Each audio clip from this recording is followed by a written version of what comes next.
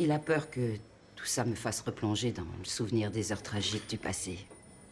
Ce procès est très important pour nous. Et toi, tu es forte. N'est-ce pas, Anna? Tu l'as toujours été.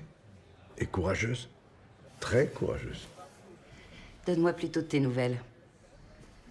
Ça va mieux, ton cœur? Pas du tout. Il ne s'est jamais résigné à accepter la réalité extrêmement médiocre du monde dans lequel nous vivons. Israël a vieilli alors que toi, pas du tout, mon Anna chérie. J'ai toujours pensé que tu finirais par avoir autour de toi toute une ribambelle d'enfants. Ah, Jenny, au début, on n'avait pas d'argent. Et quand on a commencé à en avoir assez, on était trop vieux. Ici, beaucoup sont pauvres, mais ils ont quand même des enfants. Les enfants sont importants. Nous sommes un pays très jeune. En tout cas, il était grand temps que tu nous rendes visite. Elle n'est pas venue pour nous rendre visite. Tu vois? Je ne suis pas arrivée qu'il veut se débarrasser de moi. Ce qui me dérange, c'est que nous devions ta visite à un animal féroce. C'est pour ça qu'il n'apparaîtra qu'enfermé dans une cage en verre. Enfermé dans une cage en verre? Absolument. Pour qu'on soit protégé de lui.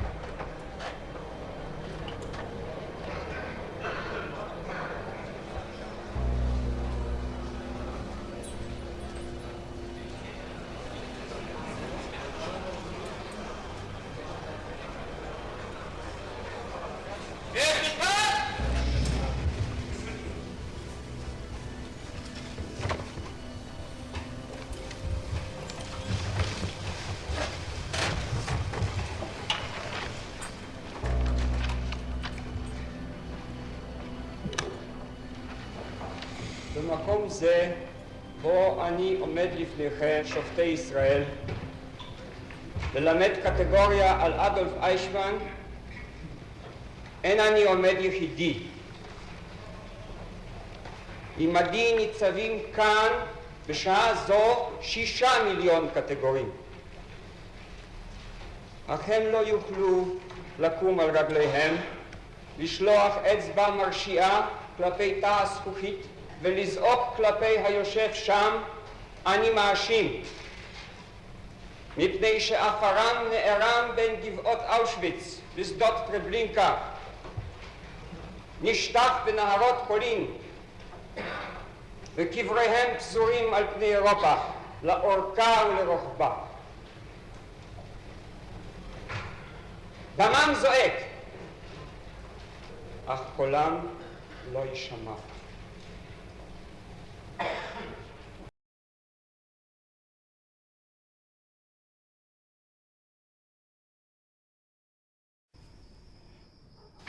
Jawohl, ich lese hier, dass während des Transportes 15 Personen gestorben sind.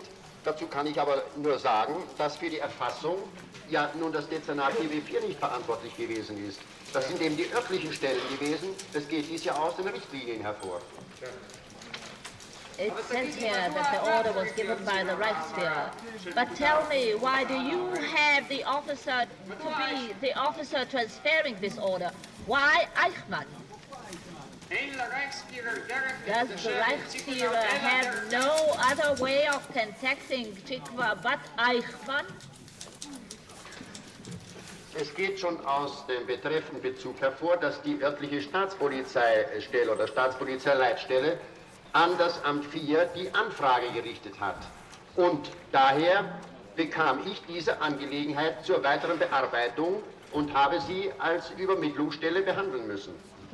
So wie mir das befohlen war. Ich musste ja das machen, was mir befohlen wurde. Aber in den Richtlinien legten Sie fest, wie viele Leute in jeden Wagen hineinzufertigen seien. Stimmt das? Ich habe den Befehl gehabt, ob sie nun getötet wurden oder nicht, er musste durchgeführt werden. Er ist auf dem administrativen Wege erledigt worden. Ich habe nur ein Teilchen dafür zu erledigen gehabt. Die anderen Teilchen, die notwendig waren, bis so ein Transport rollte, haben die verschiedenen anderen Stellen gehabt. Herr Vorsitzender, ich habe das Gefühl, dass ich hier so lange gebraten werde, bis das Rumsteak eben gar ist. Aufgrund einer Sache, die so voller Unzulänglichkeiten sind, wie dies ja haarscharf beweisbar ist. Tu as enfin entendu le prédateur aujourd'hui? Tu as l'air toute chose. Non, je vais bien. Tu es sûr? Bon. Alors, Il est tellement différent de l'homme que je m'attendais à trouver. il faisait partie des SS, qui se sont montrés les plus redoutables. Il en a pas l'air. C'est ça qui est étrange. Il est assis dans son espèce de cage, comme un spectre. Il a le rhume, il se mouche.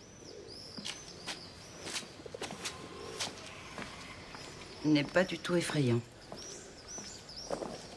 C'est un être médiocre. Il s'exprime dans cet affreux jargon administratif et au milieu de tout ça surgit une phrase comme... Je me sens comme du rumsteak qu'on veut faire cuire à point. Il est incroyable. Garçon, je suppose que tu n'as pas envie de rumsteak. Tu veux me remonter le moral? On remarque l'intention et l'on est contrarié. L'occasion se fait sentir, pour citer correctement Goethe, n'est-ce pas?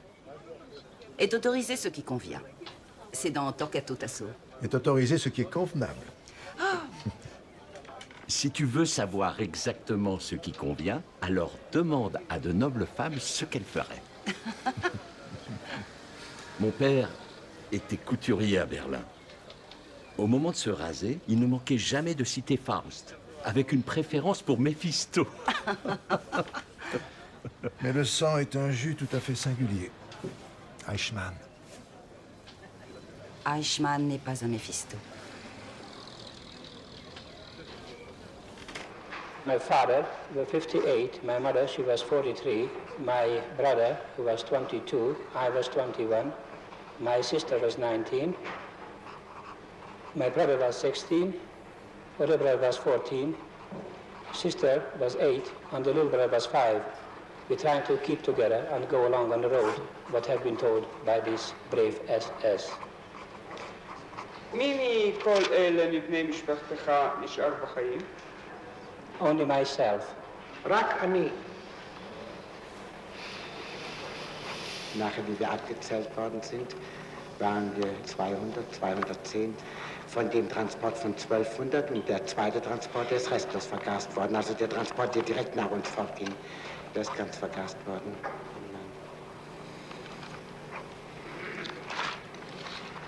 Es war... Entschuldigen Sie. Ja. Bemühen Sie sich. And this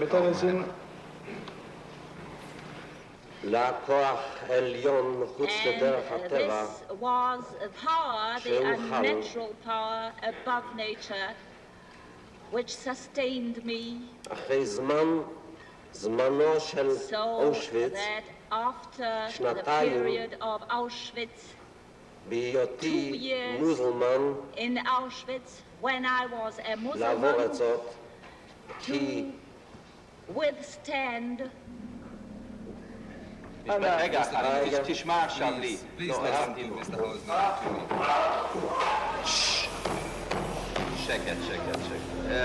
שבו במקומכם בבקשה, אני מבקש מאוד, כן? כל אחד ישב במקומו.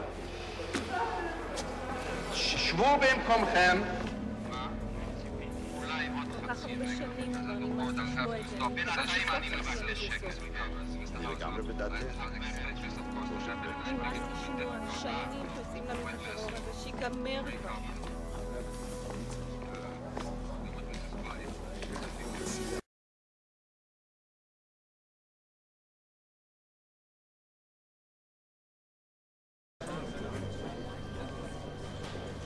Ein Offizier hat einen Fahneneid geleistet. Wenn dieser Fahneneid gebrochen wird, ist dieser Mann ein Lump. Genauso wie ich auf dem Standpunkt stehe. Ich habe hier einen Eid geleistet, dass ich die Wahrheit sage. Genauso habe ich auf dem Standpunkt gestanden. Zu jener Zeit, Eid ist Eid. Glauben Sie, dass jemand, der diesen Treueeid schwor, nach dem Tode Hitlers von seinem Eid befreit sei oder nicht? Nach dem Tode Hitlers? ist selbstverständlich jeder Mann automatisch von diesem Eide befreit. In Ihrer polizeilichen Vernehmung sagten Sie, dass wenn Ihnen der Reichsführer gesagt hätte, dass Ihr Vater ein Verräter sei, hätten Sie ihn eigenhändig erschossen. Ist das richtig?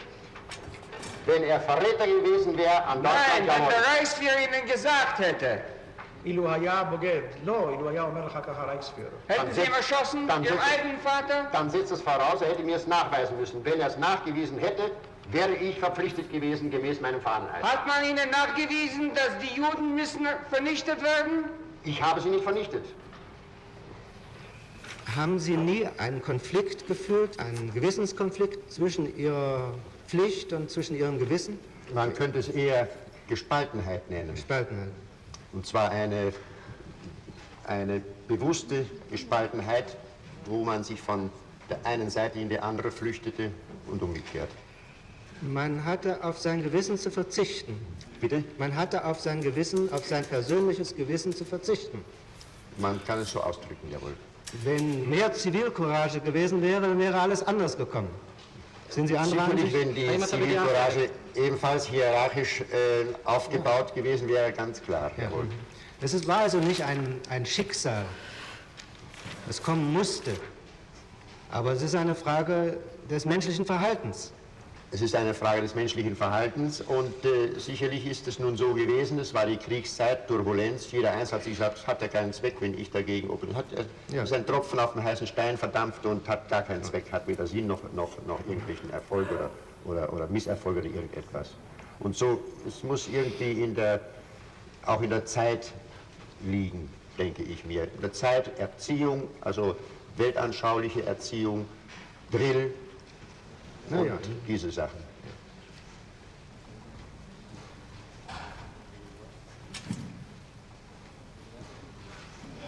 Eichmann n'est pas un antisémite. Mais qu'est-ce que c'est que cette connerie maintenant?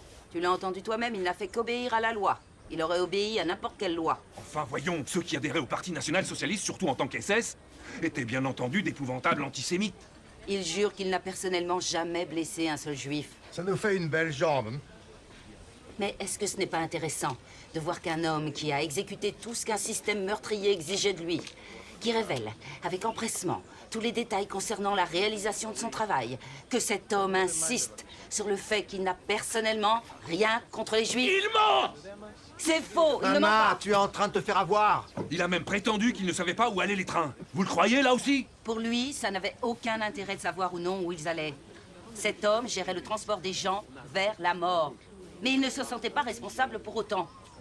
Aussitôt que les trains se mettaient en marche, son travail était terminé. Ah oui? Et il pense qu'il n'est pour rien dans le sort qui était réservé après à ces hommes et ces femmes qu'il s'est chargé de faire transporter?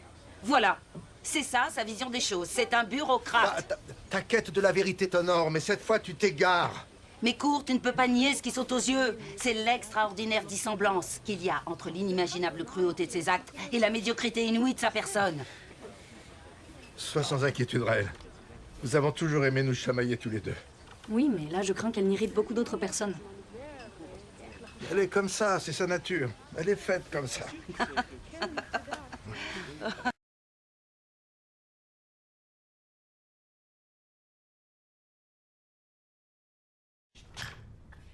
Le mal est d'ordinaire considéré comme quelque chose de démoniaque, une sorte d'incarnation de Satan.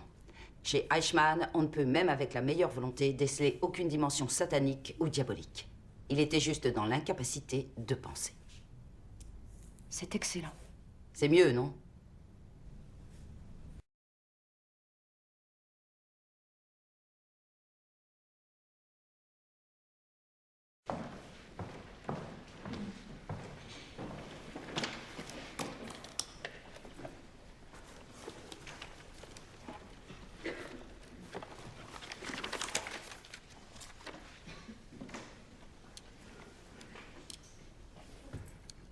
Peut-être m'autoriserez-vous aujourd'hui exceptionnellement à fumer sans plus attendre.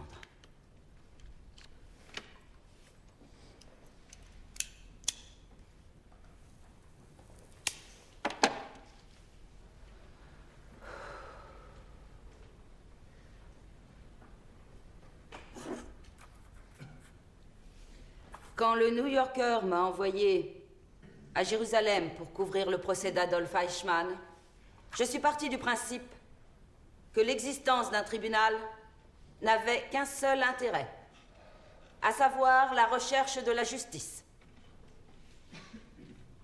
Cette tâche n'a pas été facile, parce que la cour chargée de juger Eichmann se trouvait confrontée à un crime qui n'existe pas dans le code civil, et à un criminel tel qu'on n'en avait jamais connu avant le grand procès de Nuremberg en Allemagne. Pourtant, le tribunal, quoi qu'il arrive, devait définir Eichmann comme individu jugé pour ses seuls actes. Ce procès ne concernait ni un système, ni l'histoire, ni aucun isme.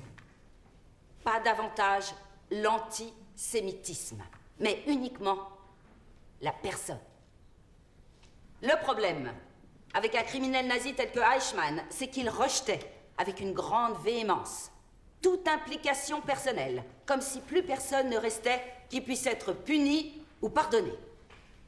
Il contestait, sans jamais se décourager, les affirmations du procureur Hausner et de l'accusation. Il assurait qu'il n'avait jamais fait quoi que ce soit de sa propre initiative, qu'il n'avait jamais eu l'intention de faire le bien ou au contraire le mal.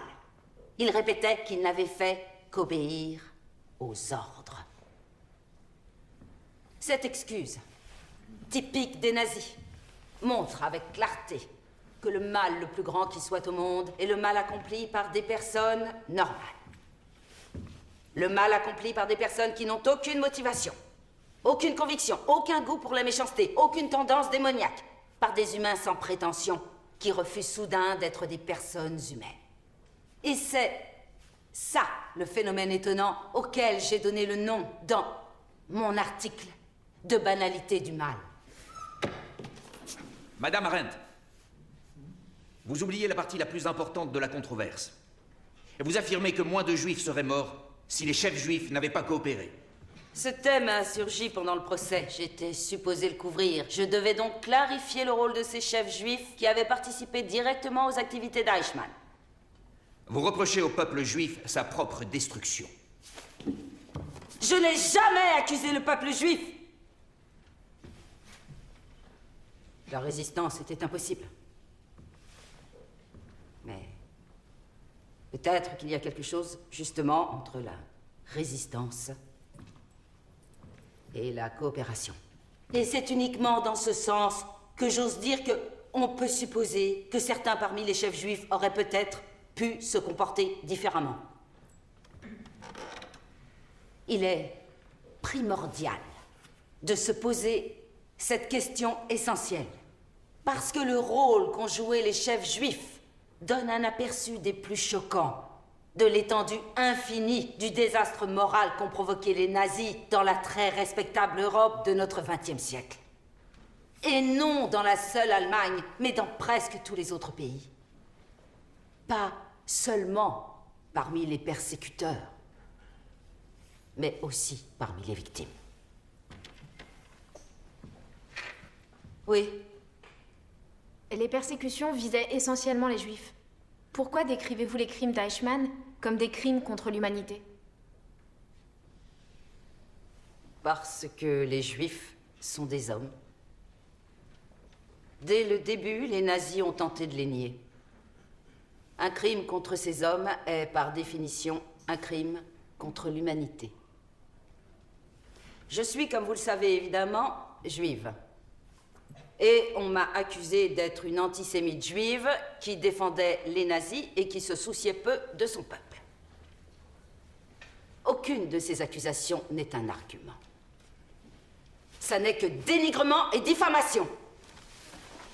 Je n'ai jamais défendu Eichmann. Mais j'ai tenté de juxtaposer la grossière médiocrité de cet homme minable avec ses actes écœurants. J'ai essayé d'écouter et de comprendre. Ce n'est pas la même chose que pardonner. Je considère qu'il est de ma responsabilité de comprendre. C'est de la responsabilité de ceux qui prétendent écrire la moindre phrase sur ce terrible sujet. Depuis Socrate et Platon, on a l'habitude de considérer que la pensée n'est autre chose que ce dialogue silencieux qui se poursuit entre moi et moi-même. En refusant de demeurer une personne, Eichmann a d'un seul coup renoncé à cette qualité spécifiquement et uniquement humaine qui consiste à pouvoir élaborer une pensée. Par conséquent, il n'était plus capable du moindre jugement moral. Cette incapacité de penser a engendré la possibilité chez des hommes de nature ordinaire et médiocre de commettre des actes cruels dans des proportions gigantesques, des actes incomparables à tout ce qu'on avait vu auparavant. Pour ce qui me concerne, j'avoue que j'ai considéré cette question sous l'angle philosophique, c'est vrai. La pensée est une activité qui ne se manifeste en aucun cas dans le savoir ou dans la connaissance, mais dans la capacité à distinguer le bien du mal, la dignité de l'abjection. Et je souhaite de tout mon être que la pensée donne à la plupart des êtres les moyens d'éviter la catastrophe dans ces très rares moments où on devine que tout peut s'effondrer. Merci à tous.